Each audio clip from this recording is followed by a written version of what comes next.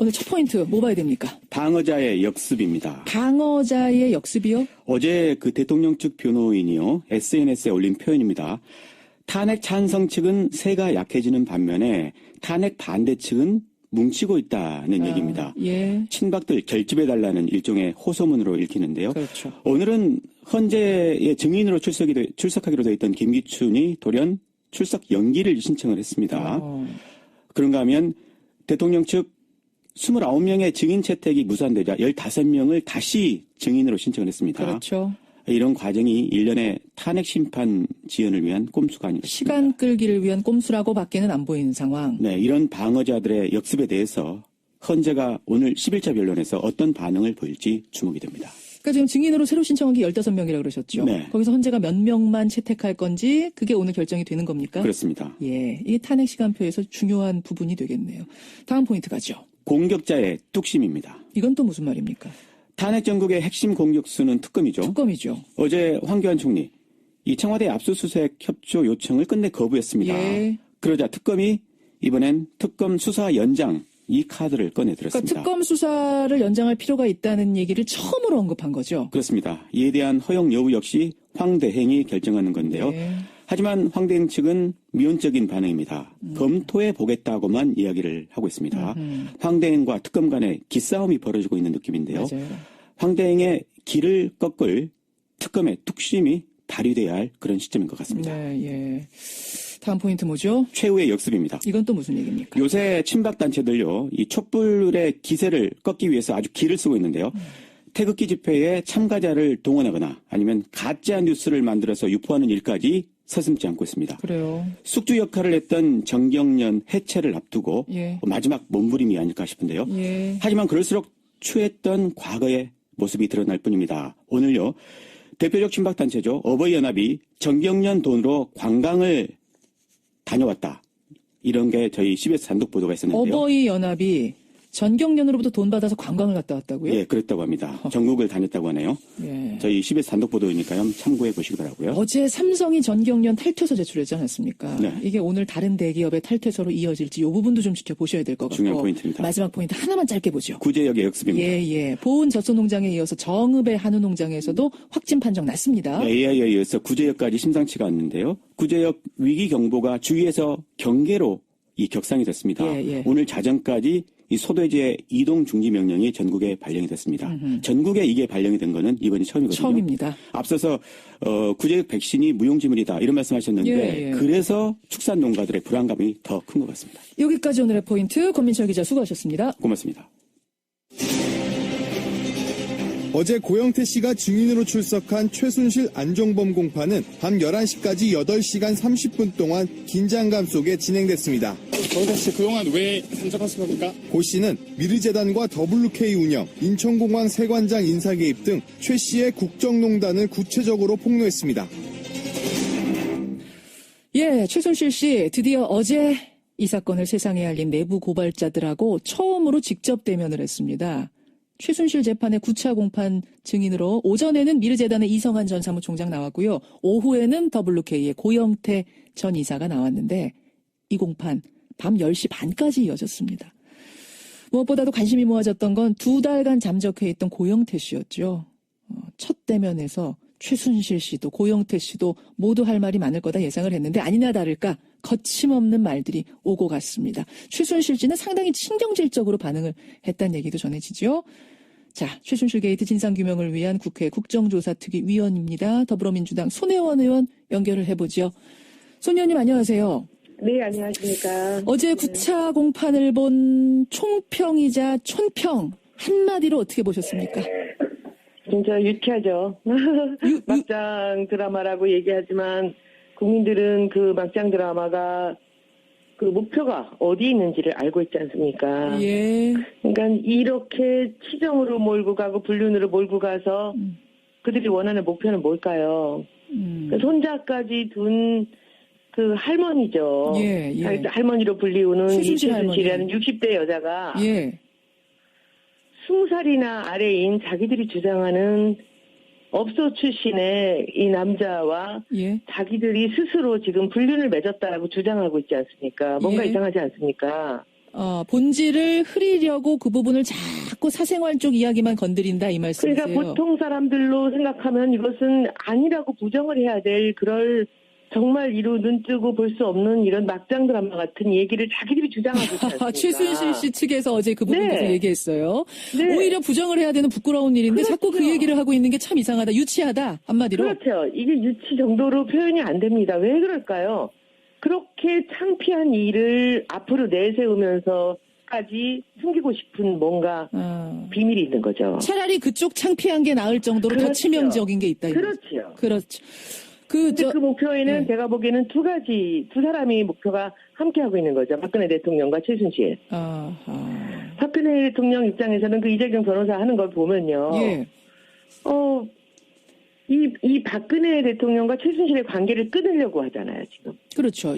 그렇죠. 이 끊으려는 노력을 하고 예. 최순실은 자기가 했던 그 지금 국정농단의 모든 것들을 예. 이 고영태와 차은태한테 밀리고 있지 않습니까? 미루고 있습니다. 근데 이것이 이 국민을 정말 뭘로 보는 건지 저는 너무 정말 참 한심하다고 생각을 합니다. 그러니까 박근혜 그러면 대통령은 최순실 씨한테 미루고 최순실은 그렇죠. 고영태, 차은택한테 그렇죠. 미루고 이런 식으로 가고 있어요 지금. 예, 그 과정에서 이제 시민들한테 국민들이 이것을 제대로 보지 못하게끔 눈을 흐리는 거죠. 예. 이 얘기들을 앞으로 내세움으로써. 알겠습니다. 한마디로 표현하자면 어제 공판 유치하다 이러셨는데 유치하다는 말로도 표현이 잘 안 됩니다. 정말을 호도하고 있죠. 그래.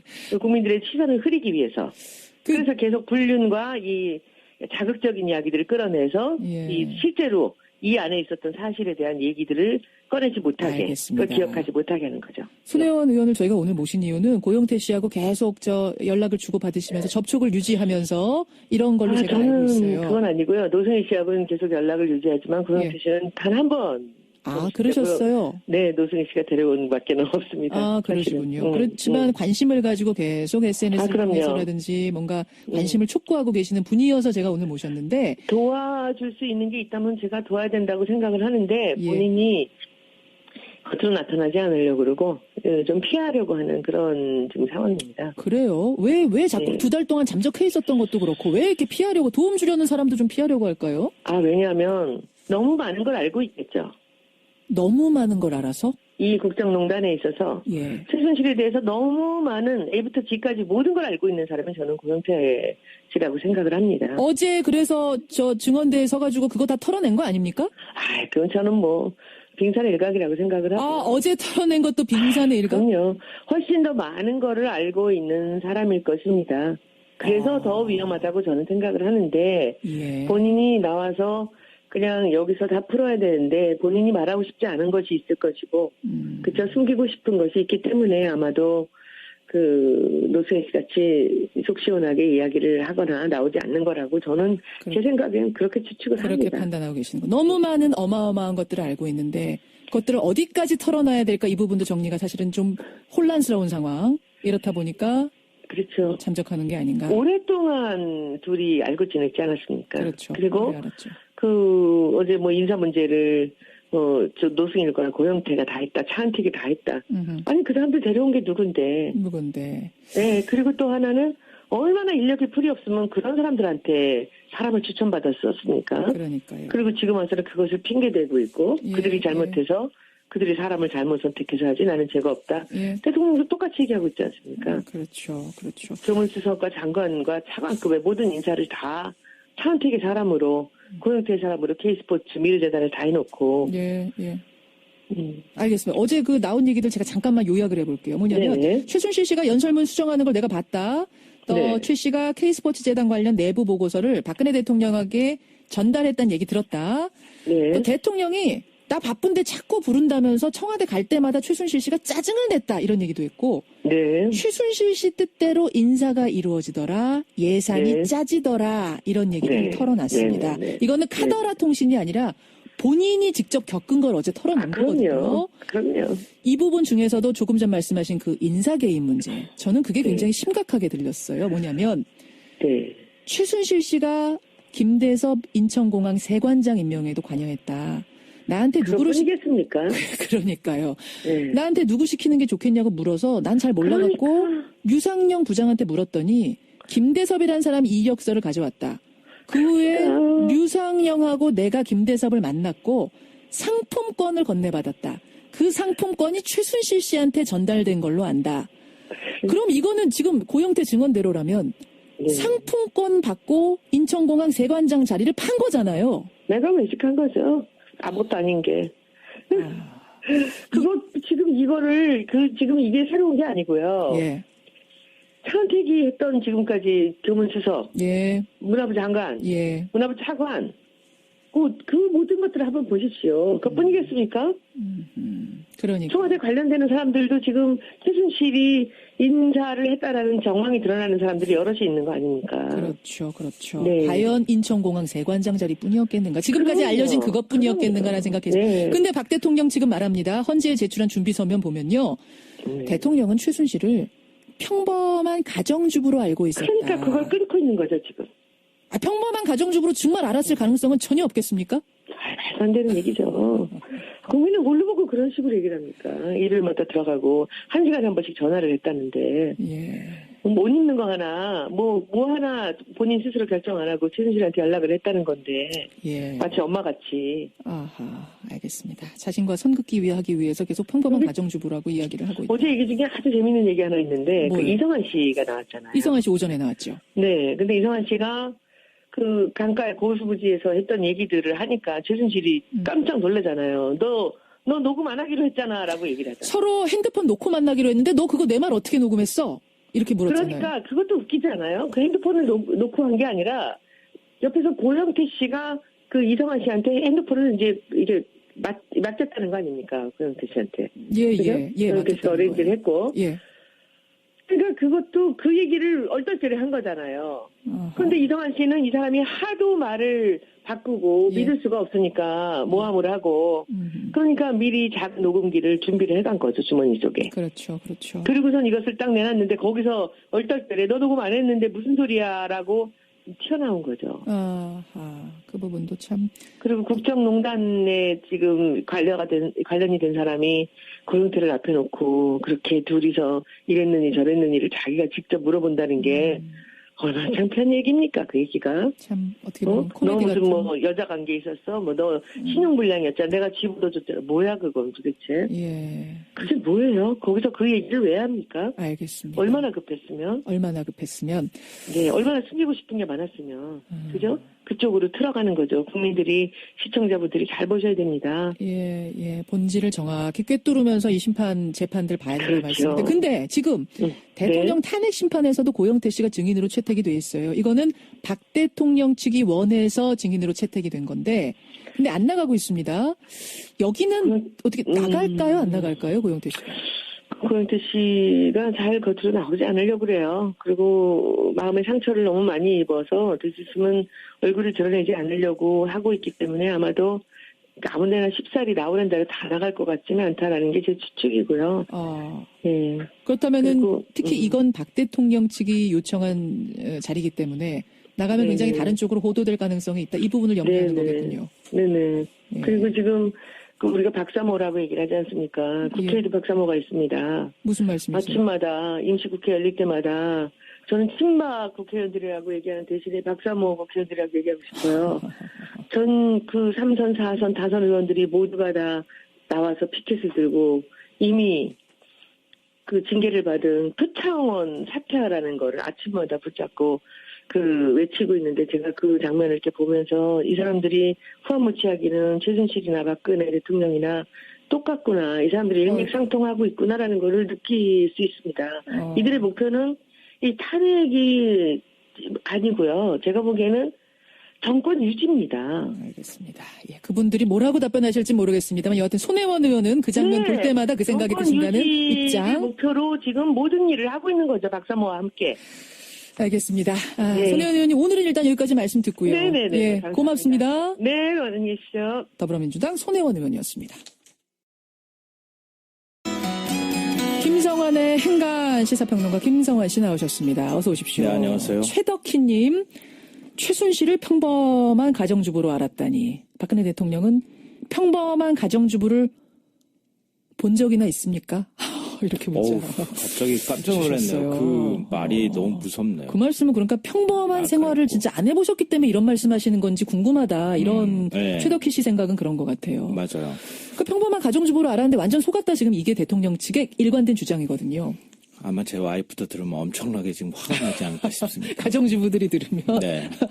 엄청난 그 국정농단 저지른 사람을 어디다가 가정주부에 그러게요. 얼마나 힘든데 가정주부들. 혹시 지금 듣고 계신 평범한 가정주부들 계시면 의견 주시고요. 행간에서 뭐 가지고 오셨어요? 새누리당 얘기를 해볼까 하는데요. 새누리당 대선 주자들의 출마 선언이 잇따르고 있습니다. 또 누구 했습니까? 어제 원유철 의원과 안상수 의원이 대선 출마를 공식 선언을 했습니다. 원유철, 안상수 두 분. 예, 지난달 대선 출마를 선언한 이인재 전 최고위원까지 합하면 공식 대선 주자만 3명이 됐습니다. 여기에다가 홍준표 경남도지사, 김관영 경북도지사, 조경태 의원 등 이 출마 선언을 준비한다는 의원들도 심심치 않게 들립니다. 그러네요.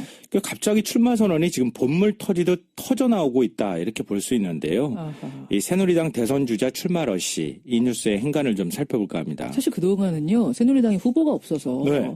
임명진 위원장이 나와서 스스로 얘기했던 게 불임정당. 네. 예, 이란 얘기를 했거든요. 사실은 그런 일종의 조롱 섞인 것들도 정치판에 돌았고. 네, 맞습니다. 그러니까 탄핵 소추안 국회 통과 이후에 당이 거의 붕괴 직전까지 갔잖아요. 그렇죠. 근데 그나마 대선 주자급은 분당한 바른정당으로 다 가버렸으니까 예. 이게 보수의 마지막 희망이었던 반기문 전 유엔 사무총장 같은 경우에도 스스로 무대에서 퇴장을 해버렸습니다. 그렇죠.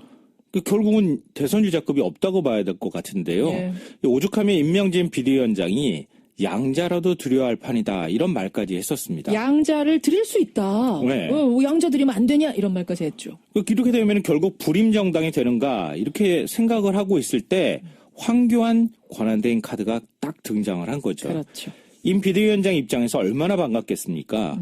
가문 끝에 담비라고도 할 수 있을 텐데요. 네. 근데 그렇게 반가워할 무렵에 갑자기 새누리당 안에서 내가 대통령 하겠습니다. 선언하는 의원들이 줄줄이 나오고 있는 겁니다. 이인재, 원유철, 안상수 의원이 이제 출마 선언을 한 것이고요. 네. 이 임 비대위원장이 얼마나 반가웠던지 3명을 삼형제라고 부르면서 누구도 우리 당을 향해 불임정당이란 말을 못하게 됐다. 7, 8형제도 문제없다. 이렇게 얘기를 했는데요. 7, 8형제 낳는 것도 문제없다. 이쯤 되면. 왜? 실제로 가능할 것 같아요. 추가로 홍준표, 김관영 지사가 이제 출마 준비 중이라고 하죠. 조경태 의원도 똑같은 얘기가 들립니다. 아니 민주당에서 새누리당 간 조경태 의원이 대선 출마한다고요? 네네. 새누리당 이름 걸고? 네, 준비 중이라고 그래요. 그래요? 이 외에도 정우택 원내대표, 정진석 전 원내대표, 김기현 울산시장까지 나올 것이다. 이런 얘기가 들리는데요. 이렇게 되면요. 정말 9명에서 10명까지 후보가 난립하는 게 아닌가 걱정할 정도로 출마자들이 늘어나고 있다. 이렇게 볼 수 있습니다. 이렇게 되면 10형제도 가능하다는 얘기죠. 10형제도 가능할 수도 있어요. 그래요. 갑자기 다산정당이 된 새누리당. 이 뉴스의 행간 이면에는 뭐가 숨어 있습니까? 첫 번째 행간은 봉황을 기대하는 건 아니다입니다. 무슨 말씀이세요? 봉황이라뇨? 대선 출마 왜 하겠습니까? 대통령 되려고 하는 거예요. 예. 근데 닭이 아니라 봉황이 되기 위해서 출마 선언을 하는 거잖아요. 그렇죠. 근데 새누리당 대권 도전 선언은 그게 아닌 것 같다는 겁니다.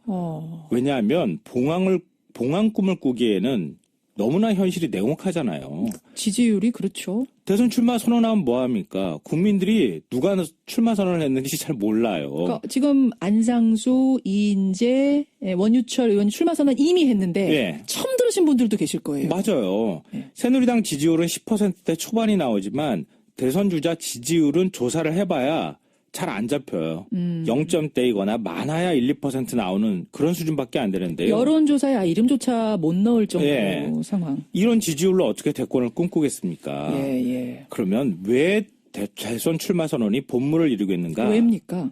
불임정당이란 소리 듣지 않으려면 나라도 희생해야지. 이참에 내 정치적 위상도 좀 높여봐야지. 아하.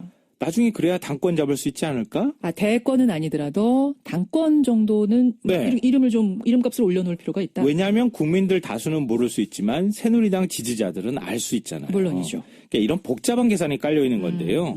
그러니까 새누리당 주자들의 대선 출마는 대권과는 거리가 멀어도 너무 먼 아직까지는 그들만의 리그다 이렇게 볼 수 있습니다. 첫 번째 행간 봉황까지 기대하는 건 아니다. 두 번째 행간은 뭐죠? 두 번째 행간은 태극기에 홀렸다입니다.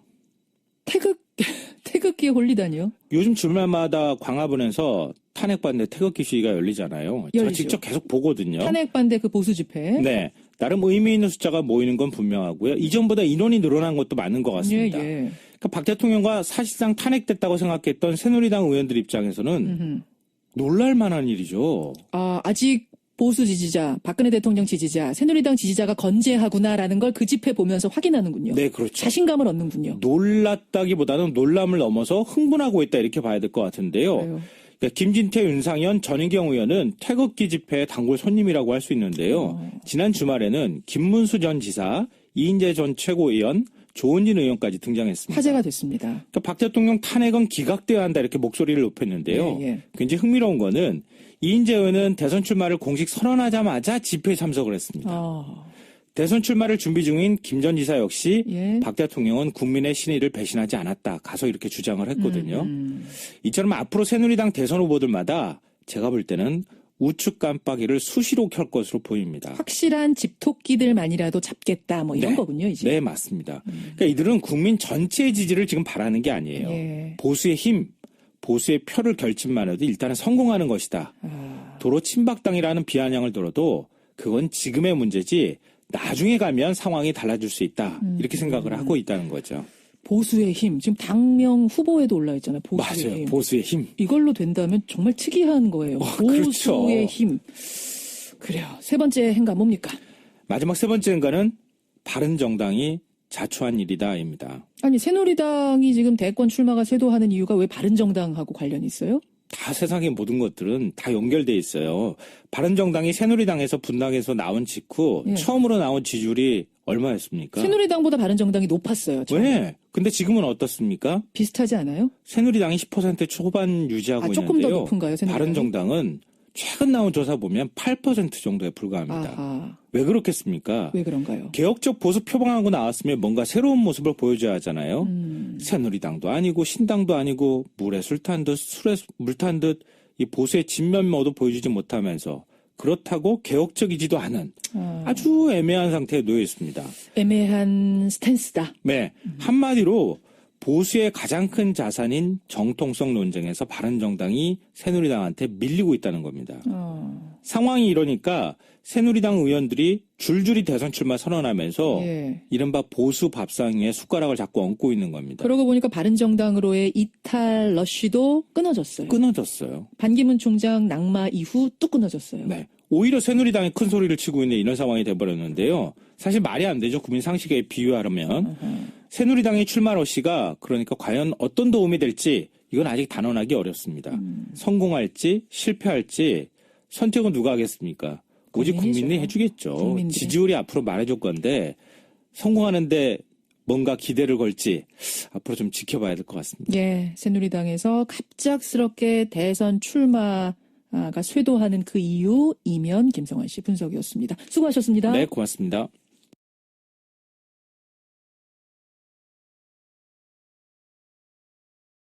으로 직접 대면을 했습니다.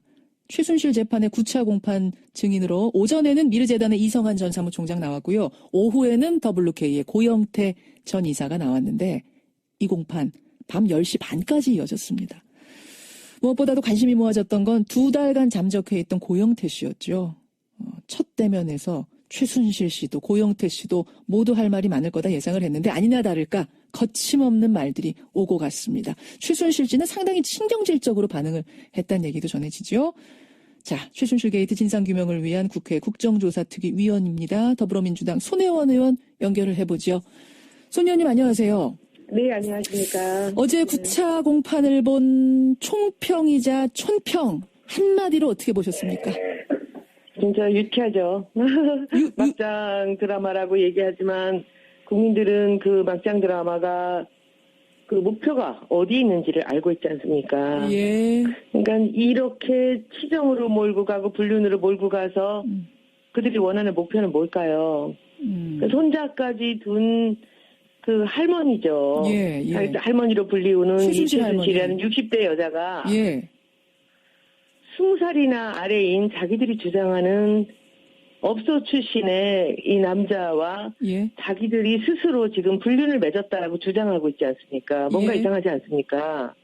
본질을 흐리려고 그 부분을 자꾸 사생활 쪽 이야기만 건드린다 이 말씀이세요? 그러니까 보통 사람들로 생각하면 이것은 아니라고 부정을 해야 될 그럴 정말 이루 눈 뜨고 볼 수 없는 이런 막장 드라마 같은 얘기를 자기들이 주장하고 있지 않습니까? 최순실 씨 측에서 어제 그 부분 계속 얘기했어요. 제가 데려온 밖에는 없습니다. 그러시군요. 그렇지만 관심을 가지고 계속 SNS를 통해서라든지 뭔가 관심을 촉구하고 계시는 분이어서 제가 오늘 모셨는데 도와줄 수 있는 게 있다면 제가 도와야 된다고 생각을 하는데 본인이 겉으로 나타나지 않으려고 그러고 좀 피하려고 하는 그런 지금 상황입니다. 그래요? 왜 자꾸 2달 동안 잠적해 있었던 것도 그렇고 왜 이렇게 피하려고 도움 주려는 사람도 좀 피하려고 할까요?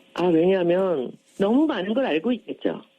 너무 많은 걸 알아서? 이 국정농단에 있어서 최순실에 대해서 너무 많은 A부터 G까지 모든 걸 알고 있는 사람은 저는 고영태 씨라고 생각을 합니다. 어제 그래서 저 증언대에 서가지고 그거 다 털어낸 거 아닙니까? 그건 저는 빙산의 일각이라고 생각을 하고. 어제 털어낸 것도 빙산의 일각? 그럼요. 훨씬 더 많은 거를 알고 있는 사람일 것입니다. 그래서 더 위험하다고 저는 생각을 하는데 본인이 나와서 그냥 여기서 다 풀어야 되는데 본인이 말하고 싶지 않은 것이 있을 것이고 그저 숨기고 싶은 것이 있기 때문에 아마도 노승희 씨 같이 속 시원하게 이야기를 하거나 나오지 않는 거라고 저는 제 생각엔 그렇게 추측을 합니다. 그렇게 판단하고 계시는 거. 너무 많은 어마어마한 것들을 알고 있는데 그것들을 어디까지 털어놔야 될까 이 부분도 정리가 사실은 좀 혼란스러운 상황. 이렇다 보니까 그렇죠. 잠적하는 게 아닌가. 오랫동안 둘이 알고 지냈지 않았습니까? 그렇죠. 그리고 어제 인사 문제를 노승일과 고영태가 다 했다. 차은택이 다 했다. 아니 그 사람들 데려온 게 누군데. 네. 그리고 또 하나는 얼마나 인력이 풀이 없으면 그런 사람들한테 사람을 추천받았었습니까? 그러니까요. 그리고 지금 와서는 그것을 핑계대고 있고 그들이 잘못해서 그들이 사람을 잘못 선택해서 하지 나는 제가 오히려 부정을 해야 되는 부끄러운 일인데 자꾸 그 얘기를 하고 있는 게 참 이상하다. 유치하다. 한마디로. 그렇죠. 이게 유치 정도로 표현이 안 됩니다. 왜 그럴까요? 그렇게 창피한 일을 앞으로 내세우면서까지 숨기고 싶은 뭔가 비밀이 있는 거죠. 차라리 그쪽 창피한 게 나을 정도로 더 치명적인 게 있다. 그렇죠. 그렇죠. 그 목표에는 제가 보기에는 두 사람이 목표가 함께하고 있는 거죠. 박근혜 대통령과 최순실. 박근혜 대통령 입장에서는 그 이재경 변호사 하는 걸 보면요. 이 박근혜 대통령과 최순실의 관계를 끊으려고 하잖아요, 지금. 그렇죠. 그렇죠. 이 끊으려는 노력을 하고 최순실은 자기가 했던 지금 국정농단의 모든 것들을 이 고영태와 차은택한테 밀고 있지 않습니까? 밀고 있습니다. 근데 이것이 이 국민을 정말 모르고 오는 건지 저는 너무 정말 참 한심하다고 생각을 합니다. 그러니까 박근혜 대통령은 최순실 씨한테 미루고 최순실은 고영태, 차은택한테 미루고 이런 식으로 가고 있어요 지금. 그 과정에서 이제 시민들한테 국민들이 이것을 제대로 보지 못하게끔 눈을 흐리는 거죠. 이 얘기들을 앞으로 내세움으로써. 알겠습니다. 한마디로 표현하자면 어제 공판 유치하다 이러셨는데. 유치하다는 말로도 표현이 잘 안 됩니다. 정말을 호도하고 있죠. 국민들의 시선을 흐리기 위해서. 그래서 계속 불륜과 이 자극적인 이야기들을 끌어내서 실제로 이 안에 있었던 사실에 대한 얘기들을 꺼내지 못하게, 그걸 기억하지 못하게 하는 거죠. 손혜원 의원을 저희가 오늘 모신 이유는 고영태 씨하고 계속 연락을 주고받으시면서 접촉을 유지하면서 이런 걸로 제가 알고 있어요. 그건 아니고요. 노승희 씨하고는 계속 연락을 유지하지만 고영태 씨는 단 한 번. 그러셨어요? 네, 노승희 씨. 오늘 첫 포인트 뭐 봐야 됩니까? 방어자의 역습입니다. 방어자의 역습이요? 어제 대통령 측 변호인이요. SNS에 올린 표현입니다. 탄핵 찬성 측은 세가 약해지는 반면에 탄핵 반대 측은 뭉치고 있다는 얘기입니다. 친박들 결집해달라는 일종의 호소문으로 읽히는데요. 그렇죠. 오늘은 헌재의 증인으로 출석하기로 되어 있던 김기춘이 돌연 출석 연기를 신청을 했습니다.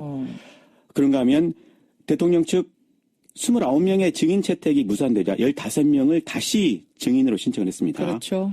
이런 과정이 일련의 탄핵 심판 지연을 위한 꼼수가 아닐까 싶습니다. 시간 끌기를 위한 꼼수라고 밖에는 안 보이는 상황. 네, 이런 방어자들의 역습에 대해서 헌재가 오늘 10일차 변론에서 어떤 반응을 보일지 주목이 됩니다. 그러니까 지금 증인으로 새로 신청한 게 15명이라고 그러셨죠? 네. 거기서 헌재가 몇 명만 채택할 건지 그게 오늘 결정이 되는 겁니까? 그렇습니다. 이게 탄핵 시간표에서 중요한 부분이 되겠네요. 다음 포인트 가죠. 공격자의 뚝심입니다. 이건 또 무슨 말입니까?